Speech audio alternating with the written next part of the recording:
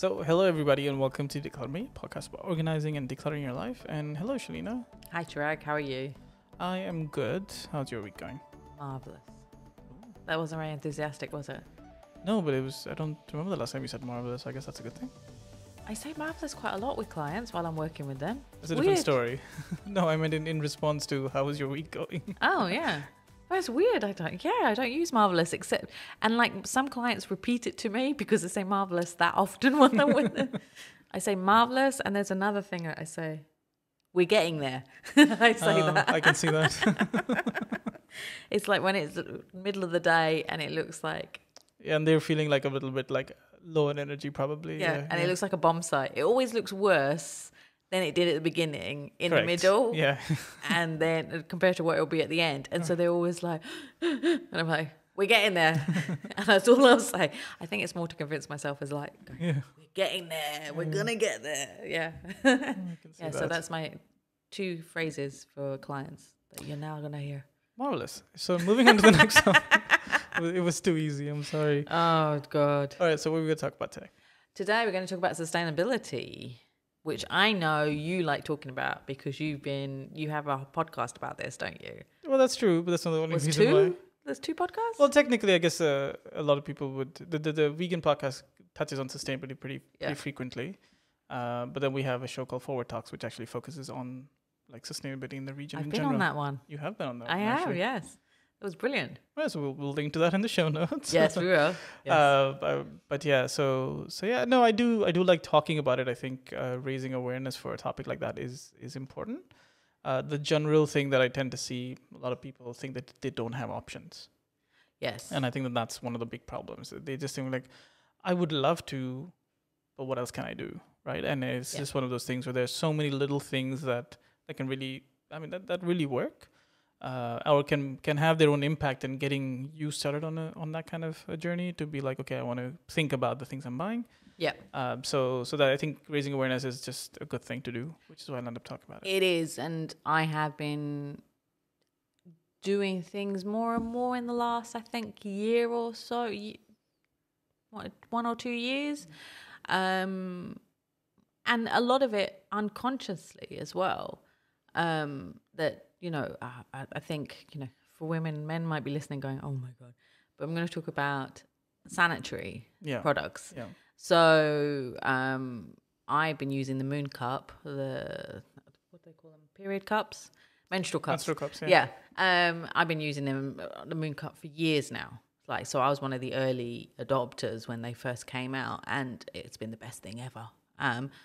But still was using sanitary pads and panty liners, and last week I was talking to friends about this because I'd been using pads which had been coming apart. They'd been badly made, from a big manufacturer, and people were like, why aren't you using the knickers? There's these period knickers, they're amazing. And I'm like, I've seen them, but it just looks a bit messy. Yeah. And I'm just like, I just don't like it now, especially after you use a cup. Like, you don't see any mess. Sorry, man. Sorry, Chirag. No, okay. So I tried them, and I have to say, they are brilliant. You don't feel it. It feels like wearing normal knickers. You don't feel uncomfortable. And I was like, why didn't I do this before? So I'm using 2 now options, for that time of the month. And I should have been using those sanitary knickers a long time ago, considering that I like using new products and trying them out, and especially on the sustainability slant, or just for the ease of using things, like not having to buy sanitary pads. It would save me time, money, which I just don't. I don't have time to keep on buying sanitary pads all the time. Yeah, I think it's a bit. Just off the time we live in, right? So we have this very use and throw approach now, and that's been true, I think, for about a decade, but maybe definitely the last 5-6 years or so. It's become very normal. Actually, I think what's changed also is become very normal for like higher price things. Yeah. So then the smaller things, we don't even think about it anymore, right? So, I know that like my grandparents had a clock that they would just keep fixing and fixing and fixing and fixing. Yeah. Through watches and other stuff, but I'm just thinking of their clock as something that I know when my grandfather was like in his 80s, and that clock, and you know, like all of us, like as not just his kids but the grandkids as well, would always be like, just throw it out. I mean, we've had this for like 50 years. And he's like, yeah, but why would I throw it out? Like it's one thing, it's one tweak. The guy will, down the shop, whatever that shop was, will do it. And he insisted, got it fixed, and he continued to use the clock. And I mean, now over the last few years, as I've been like really focusing on making sure of the stuff, I realized, oh my God, like, of course they had it, and like, a couple of generations ago, like this is exactly how they operated. Yeah. But also it's just interesting that, like, if you don't put your foot down and insist on it, it would have taken 2 minutes for somebody to just dump that clock. Yeah. And all those pieces and everything else. So going back to what you were saying as well, and then if you add to that the stigma, so to speak, about discussing these things openly and talking about all of that, it's just easier to just throw and not deal with than to do that. And I think there's I can only say this based on what people have been telling me, but the idea of, again, I mean, using cloth and as a way of dealing with this is something that's been used for I don't know if centuries, but definitely decades before this became a business, and then it just became about and it has. And I mean, you're right, like talking about your period or your menstrual cycle, it's been taboo. But for me, I mean, using the moon cup has been a revelation, and I tell friends, and they do get disgusted by me, by me talking about how much you can fill up in a cup and stuff. But also, I got very annoyed in the finding out about the period tax in the UK and in Europe. Okay. And there's a tax on sanitary products. Right. Which they're now eliminating, or there will be. I don't know. I know they have completely in New Zealand recently, or they're giving away free sanitary lots of products. I mean, India has something similar, Yeah, because there's people are sanitary poor, so there are people who are on the breadline who can't afford sanitary products because they're not cheap. They're really expensive, and so to have these products that you can use and you can reuse them, you clean them, you reuse them. It will save you money. It will save you, it will protect you from, having issues. It will allow you to go to school. It will allow you to go to work. You won't be embarrassed. So that, to me, was a great reason to start using these things as well, and to encourage it and to talk to friends about it. Right. And I'd been seeing these knickers for so long, and I was like, why didn't I do it? So now is the time for me to say, go get them. They're brilliant. There's like about 4 or 5 massive companies now around the world. The one I'm using is Modi Bodhi, which is Australian. But there's Thinx. There's a Kate one. I can't remember what the name. It was an American brand. Right. They're supposed to be very good as well, and they're so comfortable. And you can do research and find the best ones for you. So that's from the sanitary wear. Another thing that happened to me. So I had to buy straws. I had to buy steel straws, and I went online. I went on Amazon, and I ended up buying one that had 4 different sizes, and they were bendy and straight and all that with the brushes inside. Because I'd always thought, before when you bought these straws that they didn't have the brushes, but now they're all together and they have the brushes. Together, yeah. And you know why I had to buy them? I went to a coffee shop, and I had a frappe thing, and they gave a paper straw because they're being sustainable. Right. Paper straws. And you can't drink that. Oh, I hate paper straws. I always have. Remember when we were young and used to go to parties and they'd have those paper straws for soft drinks, and they'd always melt, like they disintegrate. And I really like paper straws are in the same bucket as wooden forks because they hurt my teeth. I really, I know they're sustainable as well, but I really can't stand them. So the straw, this happened with the straw. I couldn't drink my coffee because it wouldn't suck up. Like, it just disintegrated. And I was very upset. I had to bring the coffee home. The cold coffee became warm by the time I brought it home, and drink it. I had to pour it into a cup and then drink it. Right. So then I went straight online and I went, right, I know you've talked about it before. I know other friends have talked about it before. And I'm like, why don't I have these straws? So now I have them, and they came in a pouch. And so you can carry them around as well, yeah. Yeah, so I have half of the straw, like 4 straws of different sizes in my handbag. And I have the other 4 at home in case, when you get, delivery and you get the drinks and stuff. Like, I had a milkshake the other day. So I had used my steel straw to suck from it. And it's brilliant. So yeah, like, I'll be using that. I don't need to use a plastic straw. I don't need to use a paper straw. Or what's those other ones? They have those bamboo. Yeah, I think they're bamboo. Then there's one that became quite popular here when that whole straw campaign happened. I think in 2018. Yeah. I think that one's like there was a cornstarch based one or was that something the like one that. that said I'm not made from plastic. I'm not plastic. That was actually the biggest one that was coming here, and I think a lot of cafes had them. Was some kind of whatever vegetable fiber based thing. But there was something funny about it in the end, wasn't there? There was something controversial about it. Yeah, well, the problem at the moment, I think, is that, and this is true, I think it applies to a lot of things, is it's actually, we just don't live in that kind of world where things along the chain, like it's very difficult to manufacture, transport the stuff without having some kind of impact in unfortunate ways, right? So this is where the catch is, and I think a lot of people they're working on it, and I know better solutions will come out. But at the time, like, what you got was is great for an individual to say, listen, I want to buy 4 straws and end of story. But how does a cafe cater to that kind of where the hundreds and hundreds and a company like this one can't manufacture it, nor the price point will work if they're going to issue a pouch and everything else with each one. Like, so there all these considerations make things really difficult. Yeah. Unfortunately, and this is like, to me, this irony, I wish more people talked about it, is the whole COVID thing didn't help. Right. So our usage of plastic went berserk last year. I mean, and I know here it was definitely prevalent. I do believe the same was true in many countries where if you got food deliveries, the amount of plastic it got wrapped in because it was being sanitized. Just doubled. And I remember the first food delivery, the first time I was like, okay, I feel comfortable. I'm going to get something out. And it was some kind of, I think it was a curry or something. And it was just like 2-3 layers of plastic with a sticker on it that said, your food has been sanitized. Or these containers, the containers. And I just sat there thinking, and I'm like, and we're now going to dump all this extra plastic out. Yeah, I know. It's terrible. So I think that's been one of the downsides. It really bugs me. I mean, if you go to a cafe now, and yes, I know we're lucky that we can go to cafes, but you go to a cafe, you ask for a cold drink, I get into this huge conversation with them, and I'm like, I do not want a plastic cup.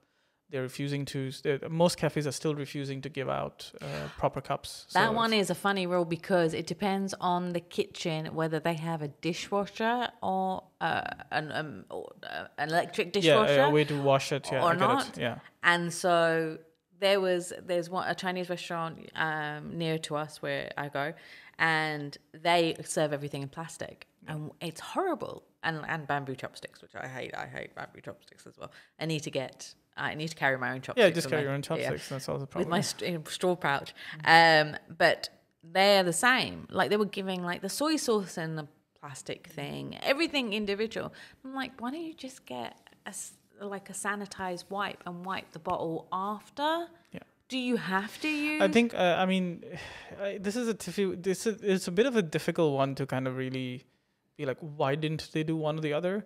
But the thing was, as you said correctly with that rule, the way the rule was like, look, if you have something that allows a proper washing of the cups, you can use the cups. Otherwise, use plastic. Yeah. But I do know cafes that had it and just went for the easy option to say, we're just going to issue this. We're just going to stop doing this. Yeah. Like I said again, I understand sometimes there are business considerations to make and why maybe that option may have been picked.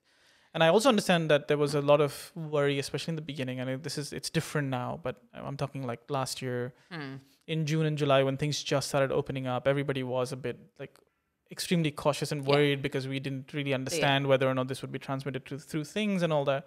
I know a lot of people refused to want to use reusable as customers. I mean, they didn't want it because they were like, well, I don't know who drank it. I don't know if you wash it, whatever. I mean, so I understand that it's a tough balance for any cafe or whatever. But at the same time, I think there is a lot of on us as well to try and like really think about this stuff because and I mean, from a clutter point of view, like the amount of, if you're someone that gets food delivery fairly regularly, the amount of like non-recyclable clutter you get from these bags, I mean, it's crazy, right? Yeah.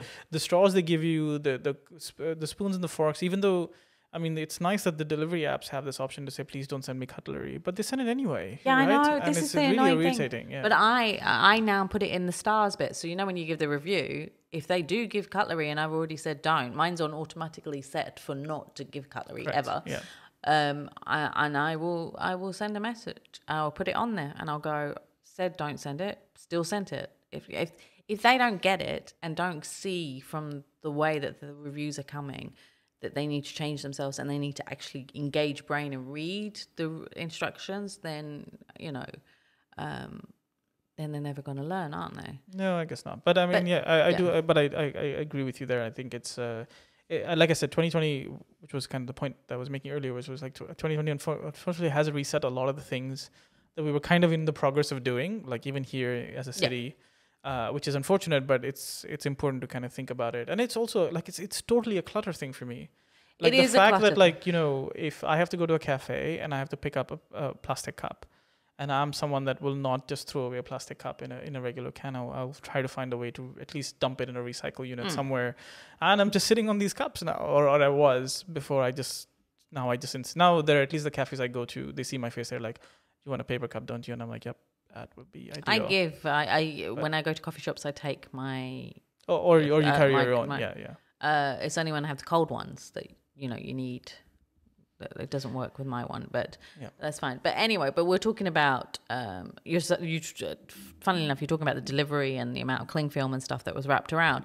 I got the beeswax wrap stuff, you know, the thing that's supposed to be the alternative to like cling film and stuff.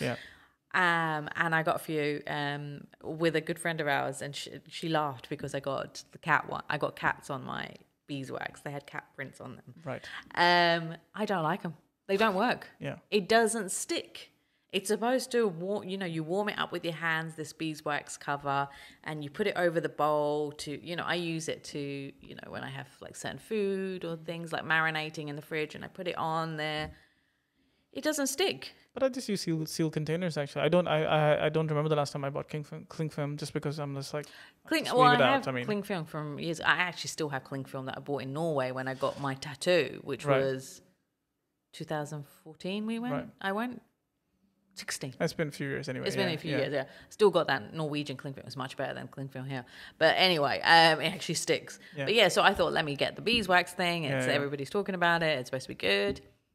I can't stand it. And then you can never clean it properly. You can't get the food off and it still smells, especially, you know, with our food, Indian food. That's been one of the biggest disappointments. Everyone's like, oh my God, beeswax. No, it's not good. I haven't been happy about that. But talking about containers, as you said, and we've talked about this before, and I think I've talked about it when I talk about kitchens and Tupperware, that I have slowly been taking away. And I mean, I didn't have that much Tupperware anyway, because obviously me. But as the Tupperware has been getting old, the smells have stayed in, you know, because of like curries. If you put curry in plastic Tupperware, the smell stays. As I've been putting them into the recycle bin, I've been buying glass ones. So I have now glass containers, and they're great because you can put them in the fridge, you can put them in the microwave, you can put them in the freezer. So there's never any worry, you know, which used to happen with certain plastic Tupperware, that if you put it in the freezer... No, it's not great, actually. It's just not a good idea as well. It's not, and it cracks. I've had it, you know, and I've used to put, I buy coriander, and because I don't use it all up fresh, I will chop it up and put it in the freezer. Learn it from my mum, you know, like all the good Indian mums and daughters. And so I have lots of coriander in the freezer, and in the plastic containers it used to crack. So then you have bits of plastic in the coriander. Glass ones, you don't have that problem. And you get these nice ones as well, like they stack, they're different sizes. You know, last week we were talking about the storage containers and how you can, like, you have they're all the same sort of brand, so to speak. So they all kind of stack on each other and work with each other, and you have 2 or 3 different sizes, and you get these, like, even in the regular supermarkets, you find them really decent ones, fairly cost effective, especially since you're going to be reusing them anyway. And they serve as great containers. Yeah, they are. They're great. And then you can use them for anything. You can use them to take them as your, like, for lunch and stuff when you go to the office. You don't have to buy fancy containers. You don't have to, you know, people buy all these millions of different fancy containers. If you just buy a few of these glass containers, you can use them for so many different purposes. Not only in the kitchen, you can then use it in the house, you know, for stationery and stuff if you don't want to use them in the kitchen. So it saves you buying too many, and it's good for the environment as well. So those are always a good thing. Yeah, and good for you. I think that's something that people tend to miss out on. Like you were talking about the plastic kind of coming into the food. Yeah. I mean, this is better for you as well. Like it's not just yes, it's better for the environment, and yes, that's all that is great. Yeah. But remember that, like, ultimately you're consuming this, right? There was a report, I don't know if you're like, was it last year or something, that the average human like consumes a plastic worth like the dimensions of a credit card. Yeah. Like I think each month, if I'm not wrong. Yeah. Like it could have been a week. We'll have to like go back and look at that story now. But I mean, that's the same with fish as well, as the amount, if you eat fish, which I don't eat too much of anyway, but the amount of plastic inside fish because of what they're swallowing in the ocean. Yeah, well, that too, yeah. But this is just like what we're consuming day to day, because again, microplastics and the way some of these plastics disintegrate, it's like these smaller, very, very unbreakable plastic, and then that's what happens. And if you're eating it, your food, your water bottles, like all of it. Yeah. And I think we should talk about that too. Like water bottles are a big one, right? So let's talk about water bottle, Chirag. But in terms of like just buying bottled water, I think it's something as well that especially out here we have such a culture of doing. Yeah. And I have even been in situations, despite the fact that I don't want to or try really hard to cover, been in situations where the only option I had to drink water was to get a plastic bottle of water. No, it's worse, and it's really annoying. But in general as well, I mean, a lot of people are getting filters now, thankfully, and so that's one way of dealing with that. Yeah, I've been looking at the filters. I mean, the only problem, and I know other people have found that as well. Like when talking to friends, we've been looking at the filters. Some of them, the filter machines to put it under the sink, we don't have enough room under the sink, right. And they're quite cumbersome. And to then fit it up, if you're renovating the kitchen, which is what I'm seeing with a lot of clients. Right, when they that's renovate. a good time to like bring something. Look at one of these solutions. I agree. Yeah. And to have like a special dedicated cupboard just for the filter system, because they can be quite big, but you can get over the top countertop ones now. Yeah, they're different sizes. So I did look at a few of them, but of course in my kitchen I haven't got that much countertop space as well. So it's just trying to work around with that. But it is something that I am really looking into. And I think if you're listening to this, like you should be thinking about as well. Both because it's a good idea. Again, because think on average how many plastic water bottles you might throw around. Yeah. And I mean, I know you joked about it like a few weeks ago when we were talking about my car.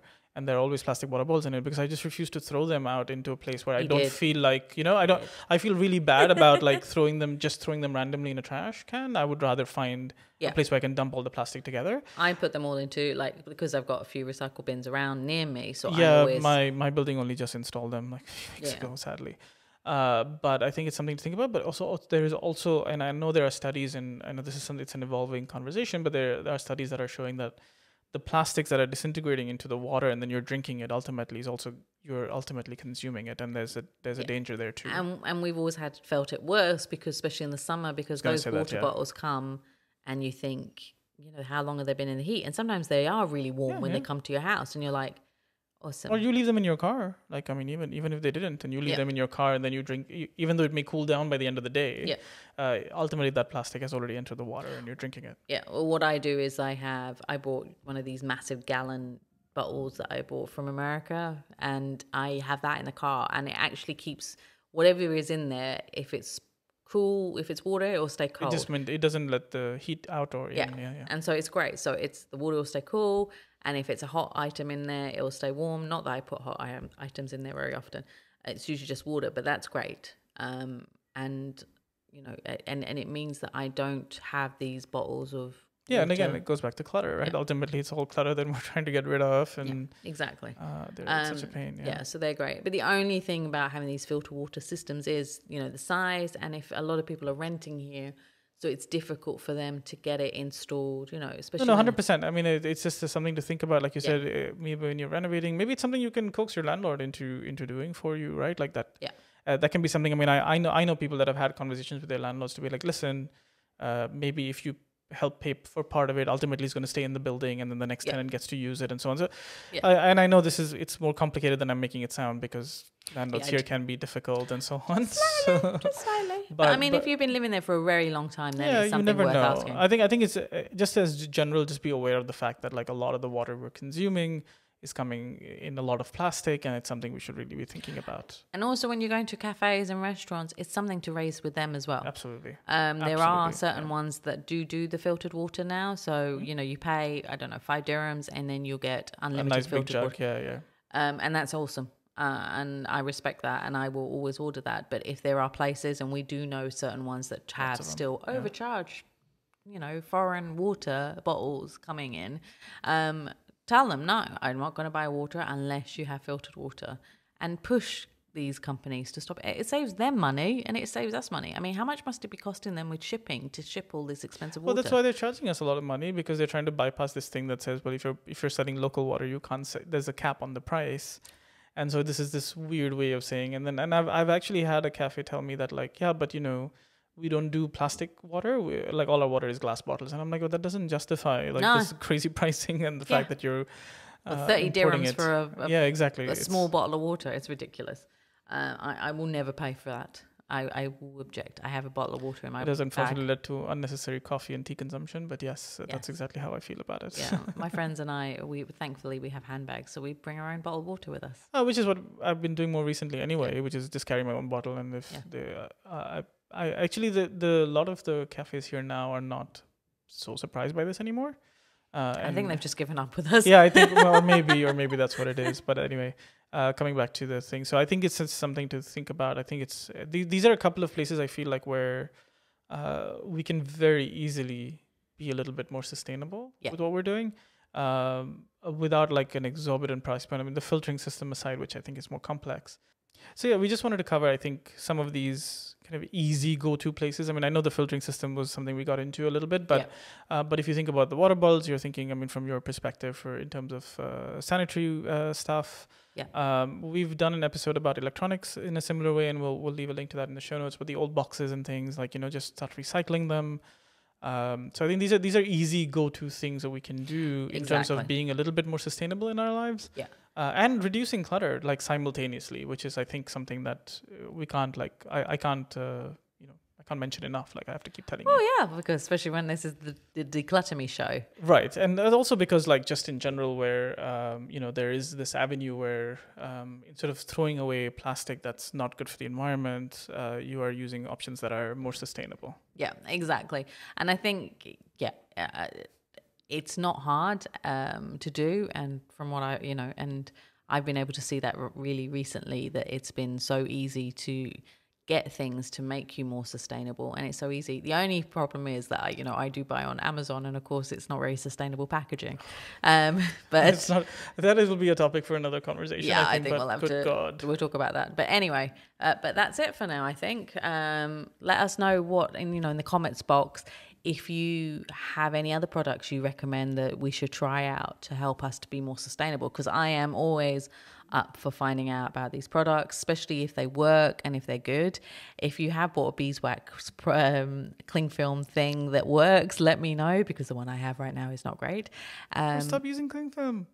Oh no, the beeswax thing that I was talking about, that it doesn't, No, I mean, like, stop you, like, find an alternative. Oh yeah, well, I have the glass container. Like shut the lid. Oh, shush, rag. Anyway, so. But yes, I think, so both things, I think it's, if you are aware or are using things that are sustainable, useful, and want to share that with us, please do that. Yes. If there are things you're worried about and you're not able to figure out a sustainable option, maybe also reach out to us, because either we may know something or we can connect you with someone that does. So both ways. And we can try it out as well.